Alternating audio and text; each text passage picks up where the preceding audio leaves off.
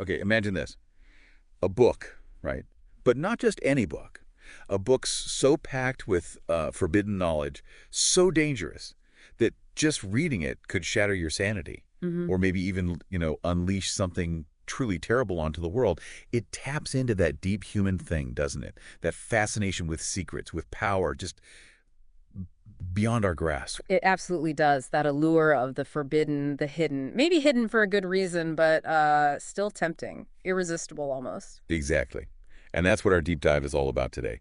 That specific book, the Necronomicon, Hmm. mysterious, terrifying, you name it. The infamous Necronomicon. Right. We've looked at a whole range of sources, articles, bits of research, and our goal here is really to pull out the key insights for you. We want to unpack the whole From story. where the idea even came from, its fictional roots. Yeah, to this desperate search people went on for a real version, explore its journey through history, its surprising modern twists too, so you can really get what makes this legend so sticky, Hmm. so compelling. Let's dive in then. Okay, so let's start at the beginning. The Necronomicon itself, this idea of a book full of madness and power, it actually starts with H.P. Lovecraft, master Yeah. of cosmic horror, right? Right. Howard Phillips Lovecraft. In his stories, he introduces this text. It's got magical formulas, ways to call up supernatural And stuff. hints, yeah, hints at this weird, unique knowledge about space and time that's way beyond what humans are supposed to understand. And our sources, well, they back this up. Experts apparently call it one of the most dangerous books of mankind. That's quite a statement. It is. The consensus seems to be that its horrible ideas and dark truths, quote unquote, could literally lead readers to madness and death. Wow. It supposedly holds ancient truths, prophecies, spells, incantations, stuff that, if the wrong person got hold of it. Could cause unthinkable damage, or even destroy all life on Earth. It's heavy stuff. It really is. It kind of demands you grapple with this idea of a hidden, terrifying history of the world. Dark rituals, ancient secrets, all Right. that. Which makes you think, doesn't it, about the sheer psychological weight a fictional idea can have. Absolutely. Because it's no real surprise that even though it is fictional, loads of people, readers all over the world, have actually tried to find a physical copy. Unsuccessfully, of course. And that's the fascinating part, isn't it? How Lovecraft's stories just lit this fire. Under his fans, sure, but also just curious readers, even occult scholars. Yeah. And this debate about whether it's real or not, it just keeps going. And it's led to all these false copies popping up over the years, people trying to cash in maybe, or maybe believing it themselves. So if it is fiction, where do the real clues about its story come from? Because the weird thing is, they're not in some old dusty archive. No, they're supposedly hidden in Lovecraft's own writing. Right. So his Necronomicon was made up, but then in 1927 he writes this sort of fake biography of the Necronomicon, Mm-hmm. and sources suggest it contained deliberate errors. Like clues, yeah. Experts think these were hints. Maybe Lovecraft knew somehow that revealing the truth, whatever he imagined that to be, wasn't appropriate. Too dangerous, perhaps. Intriguing. Which leads to the next big question. If Lovecraft left clues, who was this mad Arab supposed to have written the original? Ah, yes, the author. Lovecraft himself said it was this figure, Abdul al-Hazred, writing in Damascus around 700 AD. But as always with this stuff, there are other theories, right? Yeah. Our sources get into that. They do. Some suggest an astrologer, Abu Ali al-Hassan. Others point to a Jewish mystic, Al-Hez ben Joseph. But the name that comes up most often, the one most widely suggested, is the real author. Is Abu Ali al-Hus, also known sometimes as Ay al-Radi or Raises. Raises. Okay, tell us about him. He sounds like quite the character. Definitely. Born 827 AD in Murad, that's modern Afghanistan. Early life, he joined Islam, got some recognition, but he was clearly drawn to the esoteric, How so? where he studied everything. Kabbalah, the Jewish mystical tradition. Right. Sufism, the mystical side of Islam. Even Christian Gnosticism, with its focus on secret knowledge. He really covered the bases. So he had this unique blend of influences. Did he write anything himself? He did, yeah. Several books on theology, philosophy, but apparently only fragments are left today. Lost to time, mostly. And he was adventurous, too. Oh, very. Sources talk about pilgrimages and expeditions to remote and wild places. Real Indiana Jones type, maybe. Then there's this period where he supposedly spent months with some unknown master out in the Atahar Desert. And after that, vanished. Vanished. For how long? Over 10 years. Yeah. Just gone. No trace. Apparently somewhere in the red desert of Rab al-Khali. Wow. 10 years. And then And then he reappears, claiming he'd lived in the mythical lost city of Aram. Aram of the Pillars. Yeah. The Atlantis of the Sands. Exactly. Said he studied ancient and secret teachings there. After that, he traveled around Alexandria, Cairo, the necropolises near Swara and Memphis, soaking it all in, presumably. And this is when he wrote his big book. That's the idea.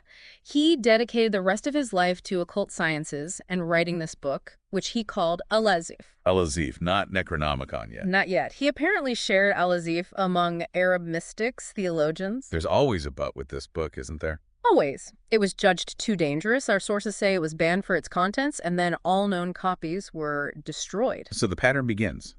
Banned and burned. The start of this whole perilous journey for the text or the idea of it. Exactly. And that banning, that first suppression, is just step one, because the idea didn't die. No, it seems like it just went underground. What happened next? Well, fast forward a few centuries. Around the early 1100s AD, Al-Azif gets translated into Greek. Okay, where? Likely candidate is the monastery of St. Paul the Hermit down in Egypt. And this, apparently, is when it gets the name we know, Necronomicon. Necronomicon, finally. Yeah. But it didn't stay unbanned for long, I'm guessing. Not at all. By 1211 AD, the Greek version, also banned. All known copies ordered burned by Michael, the patriarch of Constantinople at the time. Constantinople. Yeah, likely Constantinople. So, banned again. Burned again. It's like the book just attracts fire. It really does seem cursed, doesn't it? Or at least incredibly controversial. Definitely. And the cycle continues. Hmm. Early 14th century, we get a Latin translation. By who? Araldo Villanova. He lived 1235 to 1311. He probably worked from the original Arabic text, the Al-Azif, which was supposedly lost by then, but maybe he found a copy. And the church's reaction? Predictable by this point. 1389, Pope Boniface X prohibits all books related to Al-Azif and its Greek translation, orders, yet again, the burning of all the copies that could be found. Just relentless suppression. It really makes you wonder what people thought was in it. It must have been potent stuff, or at least the idea of it was. But, you know, trying to stamp out an idea like this, it often just makes it more alluring, doesn't it? It gives it power. For sure.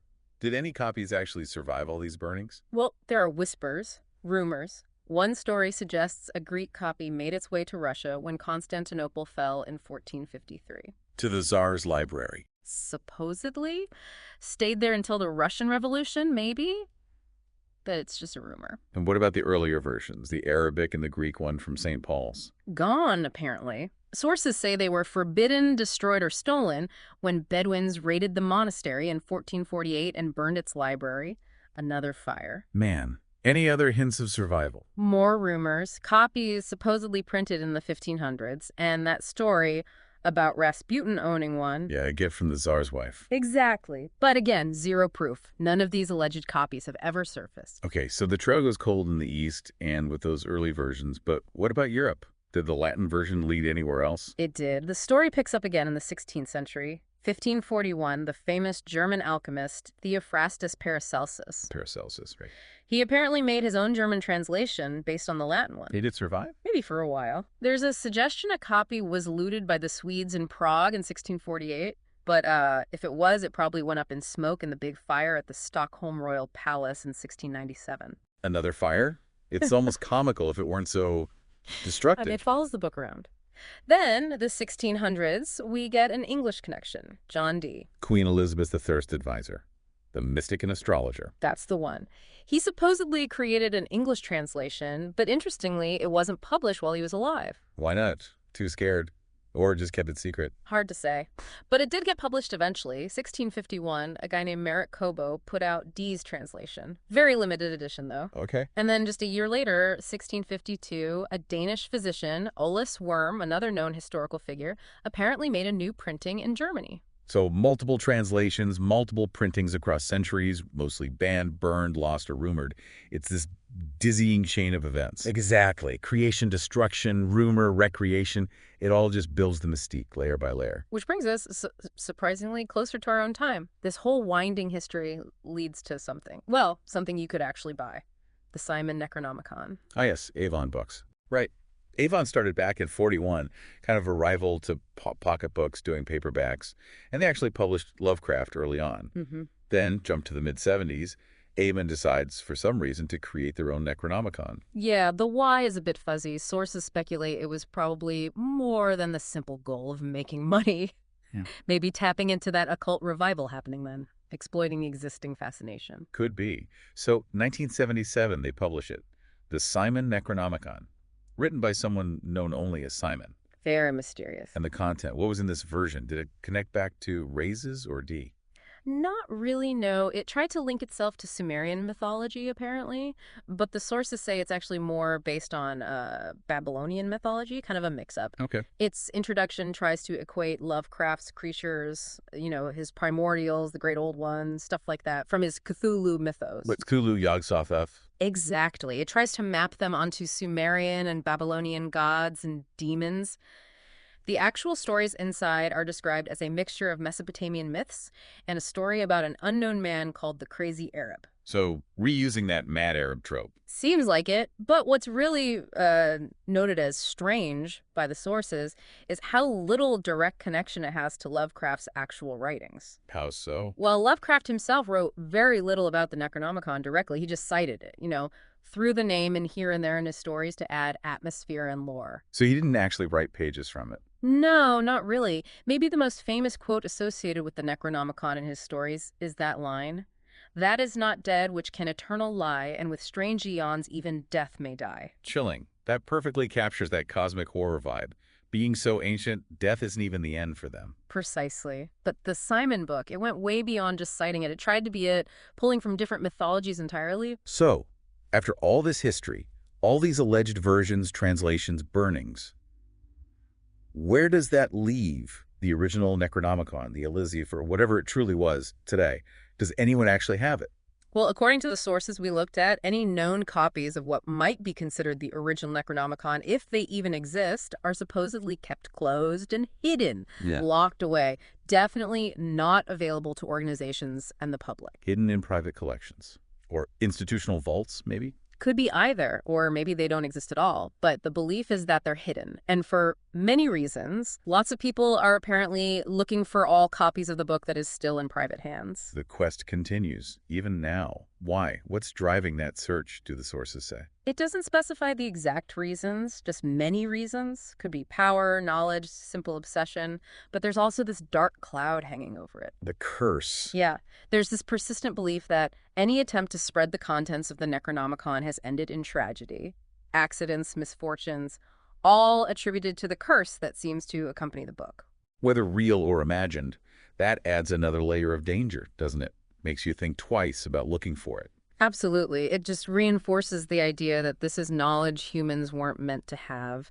So the Necronomicon, it really remains a great mystery worldwide. But still causing controversy, even today. Definitely. Still wanted by some, as the sources put it. Meanwhile, others have accepted as authentic one of the two that have been published, presumably meaning the Simon version or maybe another modern one. And they actually put into practice their rituals. Apparently so. Which is quite something when you think about the origins. It really is. It's kind of a testament to the enduring power of a story, isn't it? How something born in fiction can take on such a life of its own, sparking genuine belief, fear, and even ritual practice. A powerful narrative. Absolutely. So we've taken this journey, haven't we? From the Necronomicon's birth and Lovecraft's imagination, through its supposed shadowy history of translations and burnings, right up to these modern versions like the Simon book. It shows how a fictional idea can become so incredibly potent in our collective minds. So here's something to leave you with. Think about it. This book started as fiction. It has this reputation for being incredibly dangerous, maybe even cursed. So why? Why do people keep searching for it, believing in its power, sometimes even trying to use its supposed rituals? What does that relentless hunt for a forbidden book tell us about, well, about your own curiosity, about that deep, maybe unsettling human fascination with dark knowledge?